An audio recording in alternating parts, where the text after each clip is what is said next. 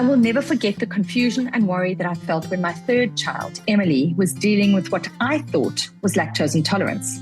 In retrospect, was it a cow's milk protein allergy or was it actually lactose intolerance? I was completely clueless about the difference and how to tell them apart. As a parent, it's natural to feel overwhelmed when trying to navigate the complex world of infant nutrition and allergies. And that's why I'm super excited to share this podcast with you, where we're going to dive into the latest insights on cow's milk protein allergy and lactose intolerance. We're joined by expert paediatric dietitian Kath Megaw, who will guide us through all the symptoms, diagnosis, and treatment options and provide step-by-step management tools to help you to identify and manage these conditions. From my own experience, I know how frustrating it can be to deal with a fussy baby and not know what's causing their distress. But with the right information and support, you can breathe a sigh of relief and take the first steps towards helping your little one to thrive. So don't go away. Join me on this journey as we explore the world of infant nutrition and allergies and discover the knowledge and confidence that you need to support your baby's health and well-being. Welcome to Sense by Meg Faure, the podcast that's brought to you by Parent Sense, the app that takes guesswork out of parenting. If you're a new parent, then you are in good company. Your host, Meg Faure, is a well-known OT, infant specialist, and the author of 8 parenting books. Each week, we're going to spend time with new mums and dads just like you to chat about the week's wins, the challenges, and the questions of the moment. Subscribe to the podcast, download the Parent Sense app, and catch Meg here every week to make the most of that first year of your little one's life. And now, meet your host. Welcome back, mums and dads. This is Sense by Meg Faure, and I'm Meg Faure. And today we are discussing one of the most critical topics in infant nutrition, which is allergy prevention. And there's nobody that I'd rather be doing this conversation with than Kath Megaw. Kath and I work extensively together. She's a pediatric dietitian. And when I asked her to be on the podcast with me, as she is fairly regularly, I said to her, what should we talk about? And she said, well, I am going to a course to update my knowledge on allergy, on the absolute latest research. And so let's chat about allergies. So Kath, as always, thank you so much for sharing your expertise with us today. Oh, it's wonderful, Meg. Always love being on these podcasts. It's wonderful. So in this episode, we're going to be going into some of the most common questions and misconceptions around allergy prevention in infants. And I guess the one place where a lot of parents get confused is, very early on, babies are crampy. Babies might not be feeling well. You might think that they're not feeling well. They might have a gassy tummy and frothy poos. And immediately parents start to think, oh my goodness, is my baby allergic to what they are eating? And for many of those babies, they might be on an exclusive milk diet at that time still. And so obviously the only things that we can start to think about is, are they allergic to milk, cow's milk? Are they lactose intolerant? And so these names start to get thrown around and parents are really pretty much in the dark about what is the difference between cow's milk protein allergy, as an example, versus lactose intolerance. So could you start to unpack this a little bit for us? Yeah, I think that's such a good question, because I think parents, and not just parents, it's also healthcare professionals, still get confused often with lactose, which is the sugar in milk. It's the carbohydrate of milk. And then cow's milk protein is obviously, as it says, the protein of milk. And so the cow's milk protein is the factor we can be allergic to. The lactose babies can potentially be intolerant to. So lactose intolerance in its true form is very, very rare. And I think that's also important to remember, is that it's not super common. Often babies will be slightly lactose intolerant in the beginning because the enzyme to break down lactose takes a while to increase in the baby's gut. And it's produced on demand. So the more lactose a baby takes in, the more there's going to be the enzyme being produced. So often we want to just remove the lactose very quickly, but it's not actually beneficial. We don't actually get a better outcome in the end because we're actually removing the one thing that's going to stimulate the enzyme to be produced. And what we need to remember, and I've spoken about this before, is the lactose in breast milk plays an amazing role in the gut microbiome of the baby's gut. And so we really love lactose, actually. It's not a bad word. It's not a swear word. It's really, really good for our babies. But that's very different to a baby who's presenting with cow's milk protein allergy. So a baby who would struggle with lactose a bit, maybe not even be super intolerant, but just be struggling, would potentially have very frothy stools, volume stools with a lot of volume in it. If they breastfed, quite bright and yellow, and they will cramp, because if you are not able to break down lactose, it creates a lot of gas in the gut. And so they do tend to cramp from the gas. But like I say, if there's no underlying problem, then they should be able to produce the enzyme, and over time they can actually, manage it better. So that is your lactose story, but I know we're not speaking about that today. So I just wanted to differentiate between the two. But that's so interesting, Kath, because I think that very often in the early days, babies are so-called colicky and gripey, and parents just want to stop that. And actually, I think it's almost being comfortable with the fact that, yes, there's too much gas, but it'll work its way out, because your baby will actually build up lactase, and therefore in about a week's time, they're going to be able to better deal with the lactose. And so it's almost like a situation of holding your line, like it's going to be okay. Be comfortable with your baby being a little bit gripey at the moment. And I think what's important to say there, we often try to solve, particularly in the early days, we are like, this must be fixed. And so what do we try and fix it with? We try and decrease the amount of lactose, which you've just told us is not the best approach. Or we try and decrease the crampiness by giving them some sort of medications, which can be anything from antacids to proton pump inhibitors to, gripe waters and all of these medications that actually are disrupting the natural development of this gut microbiome. So what I'm hearing you say is maybe just try and be comfortable in the gray and just be okay that this is going to pass, and that comfort your baby in other ways with your love and your cuddles and your touch, but let their gut actually just be and move through this. Would you agree with that? Totally. I love that. Just hold them in that moment and just take time. The slow and steady approach that you and I often talk about is really important. And I think it's important to not panic, because like I say, primary lactose intolerance is a very serious condition, but it's extremely rare, and you won't miss it. If your baby has, you will know they get very sick. So I think that's important. If your baby is growing and they're picking up weight and they're just uncomfortable and they're farty and they're a bit, gassy, it's okay. We're not worried about that. And I think before we go on to cow's milk protein allergy, which I know is what we're going to talk about today, but I just want to understand, for the mom who's got a really crampy baby, she's now heard hold your line, but she's also at the back of her head, there's this niggling thought that actually maybe this is primary lactose intolerance. Maybe this is something that's dangerous because my baby seems very crampy.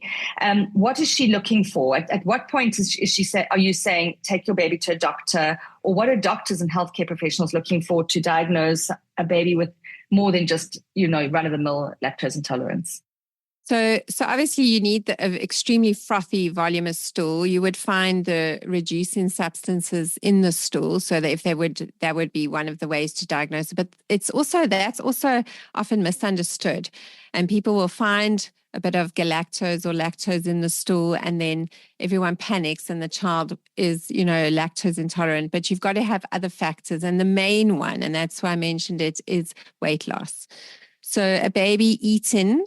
So say these babies, they will eat and they'll eat more and more and more, but they actually lose weight. They don't gain weight.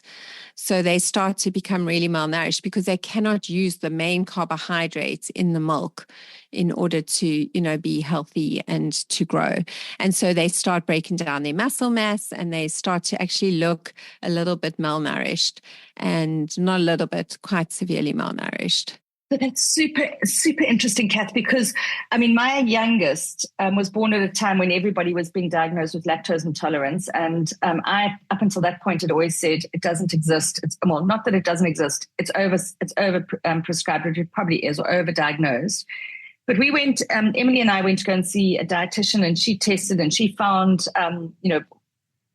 whatever it was in the stool. I think there was actually even blood, but there was definitely, the reducing substances and so on. And so we immediately put her onto a lactose-free formula, although she was actually breastfed, which in retrospect completely negates the whole purpose. But anyway, and also she was put onto Nexium, which is a proton pump inhibitor, as you know, but for mama's purposes.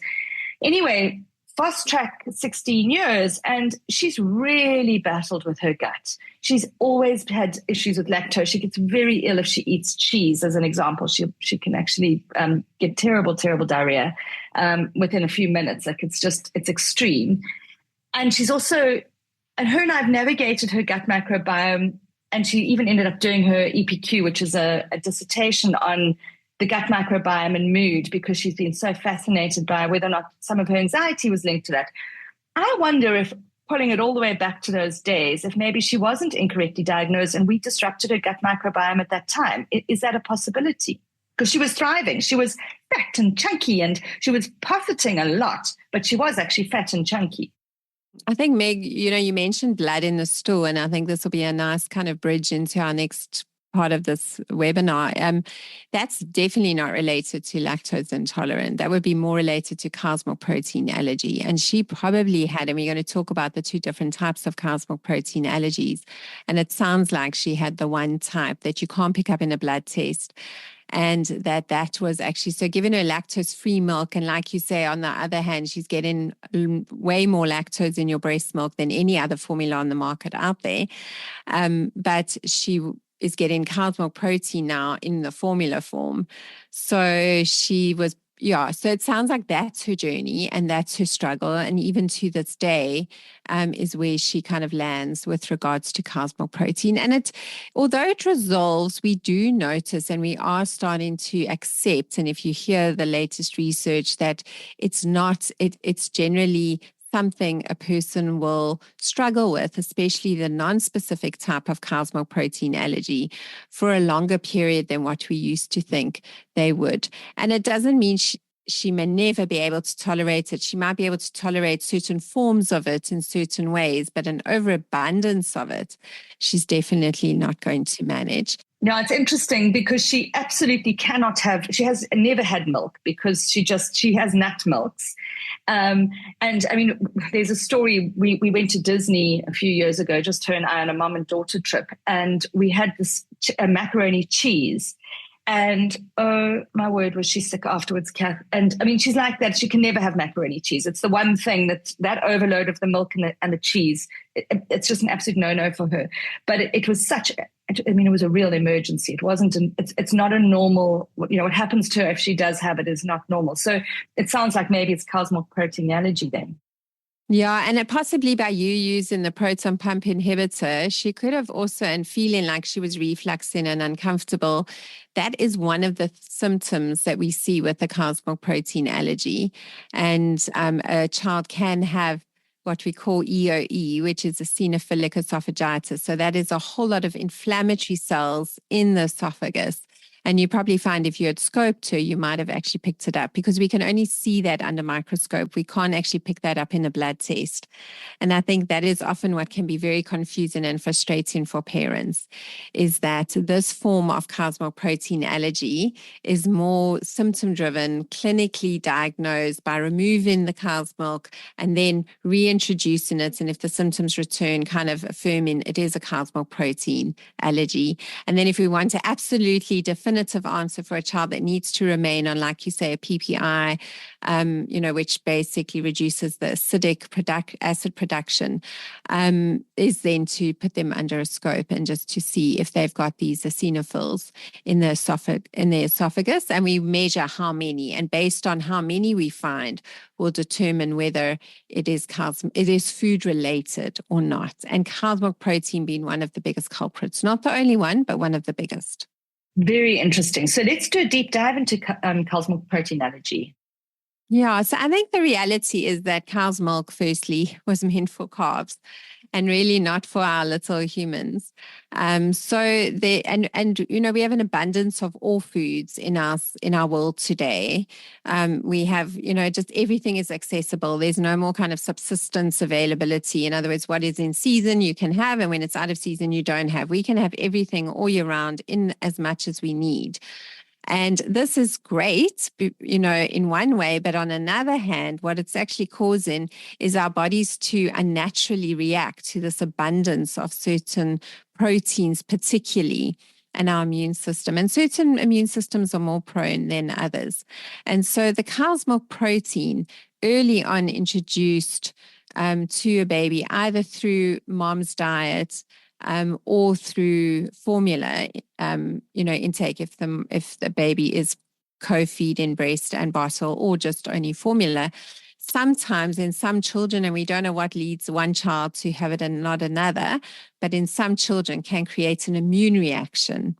But that immune reaction is different to the immune reaction that would create you to stop breathing, or like a peanut allergy. So I always use the peanut allergy because that is always generally an immune reaction that will create, an issue and a direct symptom immediately.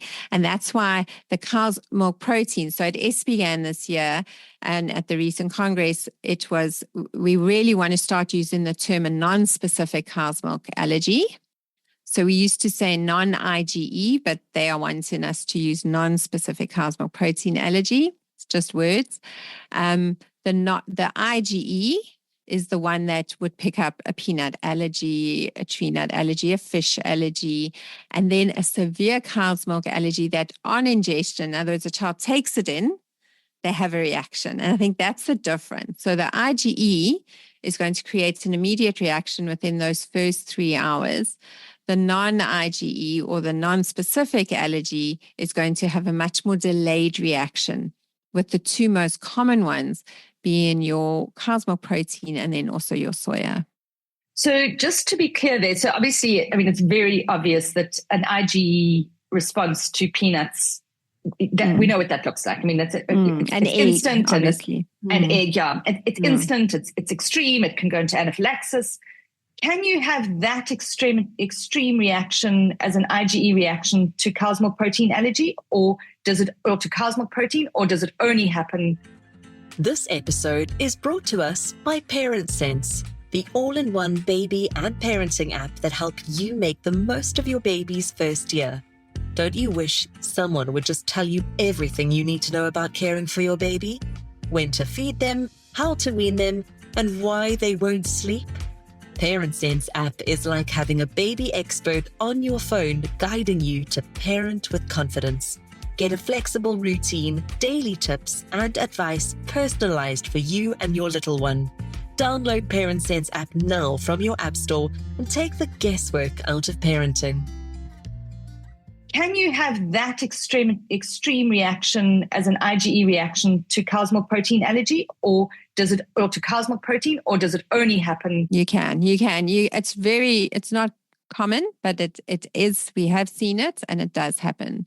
So we had actually a baby in the ward the other day, which was mom was breastfeeding. She's actually so interesting. She's doesn't eat cow's milk protein because she just struggles with it. So her baby actually was never exposed through the breast milk, then had a formula bottle, and then literally during the formula bottle feed, just started vomiting like everything, to the point where the child needed to be hospitalized because she had just vomited everything so much that she became dehydrated because she was little, like 6 weeks old.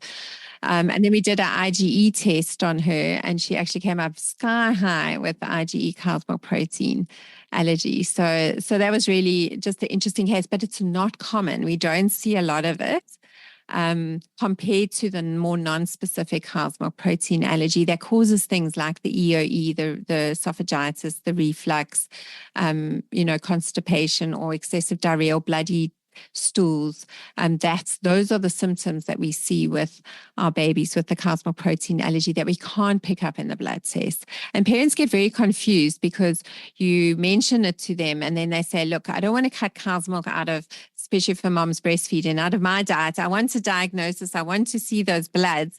And then you have to explain, well, it's not going to show up in the bloods because this is not what we're dealing with. We're dealing with a different mechanism and a different pathway. Okay, very, very interesting. And then, Kath, I know from the books that we've written together that there's this link between soya and cow's milk protein. So can you just share a little bit? Because what often happens is that parents go down this route. Their baby's got a grumpy tummy. That they think there might be a cow's milk protein allergy, and so then they switch quickly onto a soya formula. And particularly, it was done in the past where that was really the only other choice. So soya, what is this? How does it fit in? So there's different percentages. The most recent one at SPGAN with regards to our non-specific cow's milk protein allergy shows about 50% chance. There's also some studies that show 25% chance of having a soya allergy, also in the non-specific group, if you have a cow's milk protein allergy in the non-specific group. So because of costs, it is actually an affordable option for a child with a cow's milk protein allergy.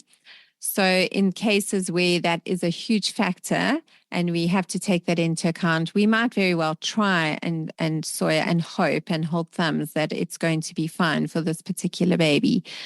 The protocol and the standard treatment is not to do that and to actually use what we call a partially hydrolyzed feed as a starting point, which is basically a feed that's got broken down cow's milk protein, but still presence of cow's milk protein.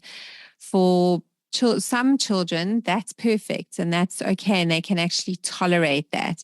For some, it's so severe that even the slight presence of a broken down cow's milk protein, they'll need to go into an amino acid formula, which is very, very expensive. So that means the smallest building blocks of protein with no relationship to cow's milk protein whatsoever for a period of time. But we don't like to keep them on those formulas for too long. And that's also a message, I think, to get out there, that is what was coming up repeatedly at all the congresses I've been to this year on this topic, is that we've got to be careful. We don't keep them on these amino acid formulas longer than what they need to be on it. And we should re-challenge them on a bigger protein. And ideally, if breast milk is in part, that would be the one to challenge them on, because the breast milk proteins are a little bit bigger, but they're very gentle. And if mom is removing dairy from her diet, then we can definitely challenge them in that direction.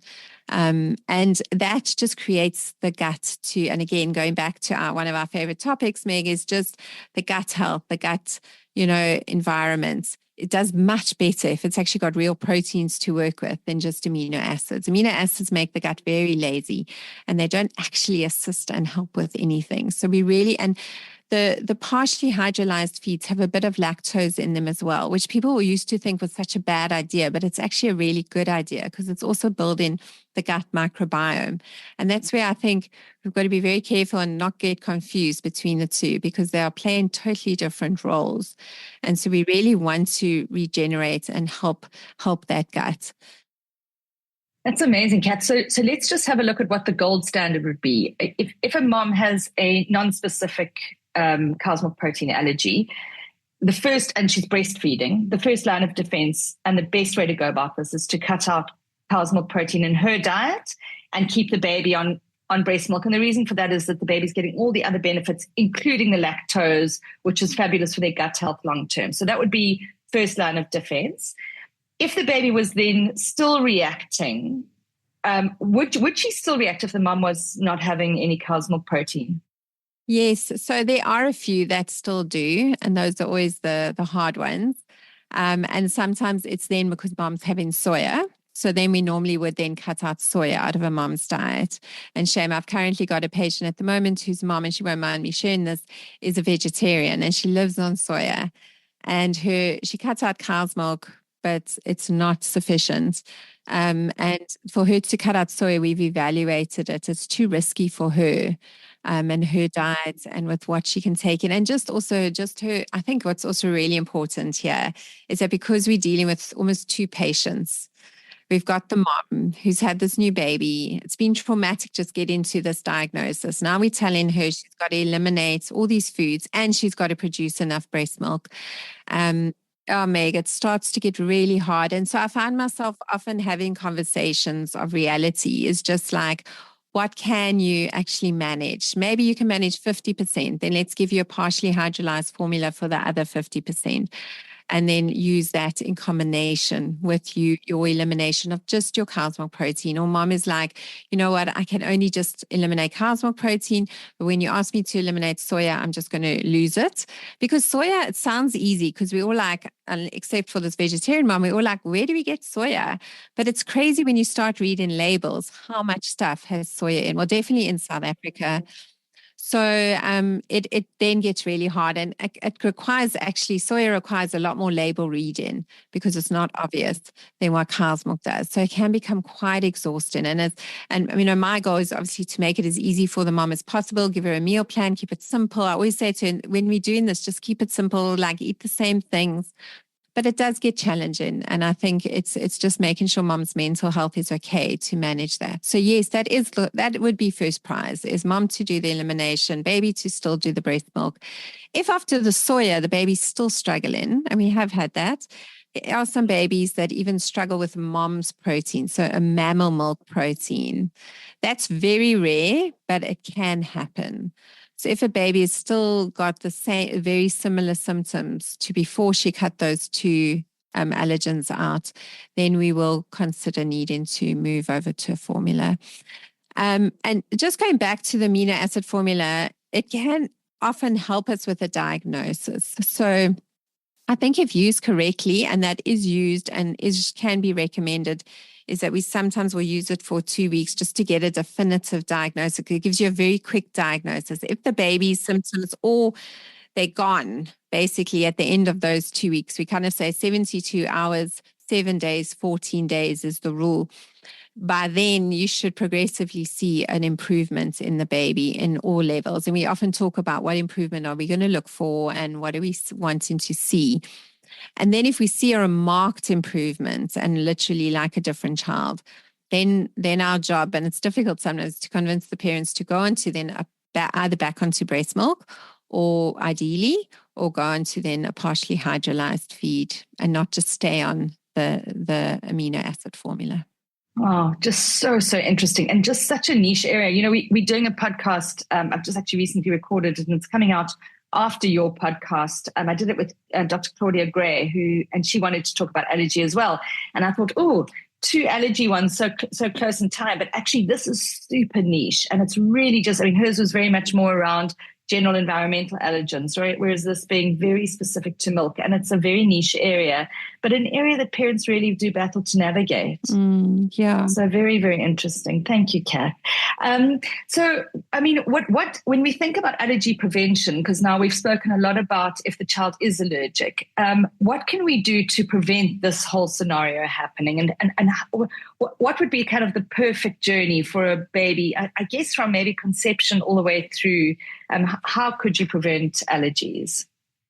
Sure, Meg. So that question, I'm so glad I've been at all the congresses this year and that, but I think what is really important in this, to answer this question, I'm going to differentiate between the two different allergy types. So the IgE allergy, which we pick up in the blood test, that causes that instant reaction.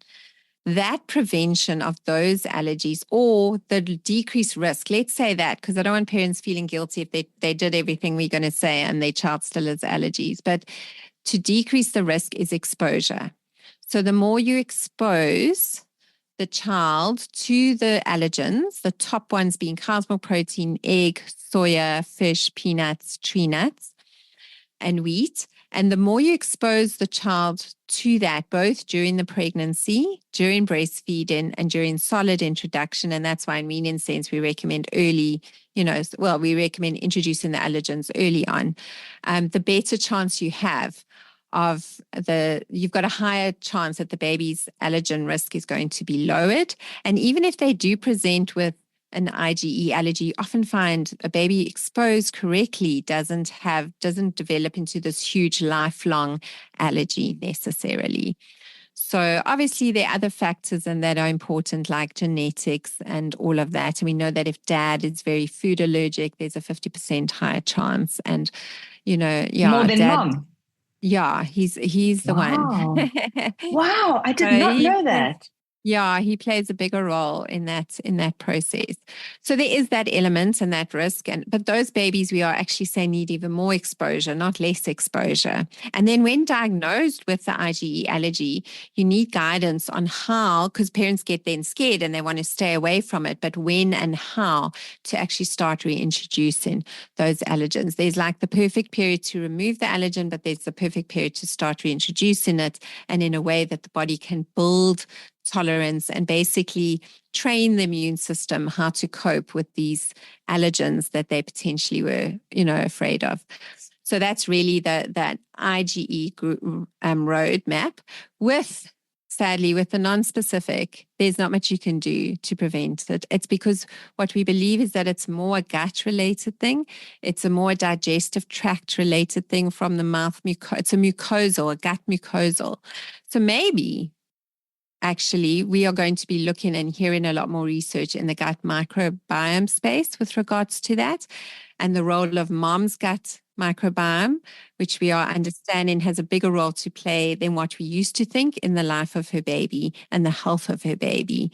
And so I would say that if you watch the space over the next few years, you're going to see a lot more research coming out around and in that space. And that would be probably your best way to decrease the risk for future generations to be able to tolerate proteins and that. I absolutely love this. It's just like another affirmation for that gut microbiome and how we need to protect it. And I think one of the things that we know is, first of all, a vaginal delivery does make a difference. So I think that's, important to note. And, I'm wanting to do a webinar on choosing to give birth, your method of giving birth, because I think that we don't realize ahead of that delivery that it's not just for that day. It really does impact longer term as well. So if you can have a vaginal delivery, and for those moms who haven't had it, don't beat yourself up about it, but there is something to be said for that. And then also, when you look at that gut microbiome, there's some beautiful videos of the way that moms love and kiss their babies. And we are transferring our gut microbiome all the time when we do that, those open mouth kisses. And, so I think skin to skin, absolutely. Yeah. So that's the early stuff that we need to do. And wow, Kath, it's just such an exciting space to be looking at the moment. And so much research has changed on it. Absolutely. And I think, that's, and even for the mom that's had the C-section, those are what we call now high risk gut microbiome babies. And so, but there's stuff we can do. So we can replace the flora, the proper one, not just any one, with what they would have got through the birth canal. We can encourage skin to skin, which we should be doing for all babies. But even if a mom had a C-section and not able to breastfeed, the baby can still suck around her breast, around her body, on her skin. And that actually transfers 50% of her gut microflora. Yeah. So it's amazing. So there's so much we can do. It's not like, oh dear, oops, it really is. But I think, getting that gut mucosal in a good, healthy space will probably be your best chance of helping your baby navigate a cow's milk protein allergy that's non-specific and not in the blood. Wow. Gosh, Kath, super interesting episode. Very, very niche. You and I often do a lot broader subjects. Today was really, really deeply focused on milk and the allergies and intolerances around that. So thank you so much once again for your time and for sharing so freely with us. If moms want to get hold of you, read your books, do you want to give us maybe your Instagram handle and how they can get in touch with you? Yeah, so it's at NutriPeds, and they can also go onto the website where they can actually send a message, which is www.nutripeds.co.za. And then the book Allergy Sense is a good resource, especially if you navigate in an IgE allergy, but even for moms that are needing to eliminate dairy from their diets during the course where a child has got a cow's milk protein allergy issue. That can be a really helpful resource, our Allergy Sense book. That's wonderful. And for those of you who are not in South Africa, might be in America, NutriPeds is spelled NutriPaeds, the British way of spelling peds. So do go and get hold of Kath there and follow her on Instagram. Really amazing videos that she pops out, reels very regularly. So thank you for everything you do, Kath. Thanks, Meg. Always lovely. Thanks to everyone who joined us. We will see you the same time next week. Until then, download Parent Sense app and take the guesswork out of parenting.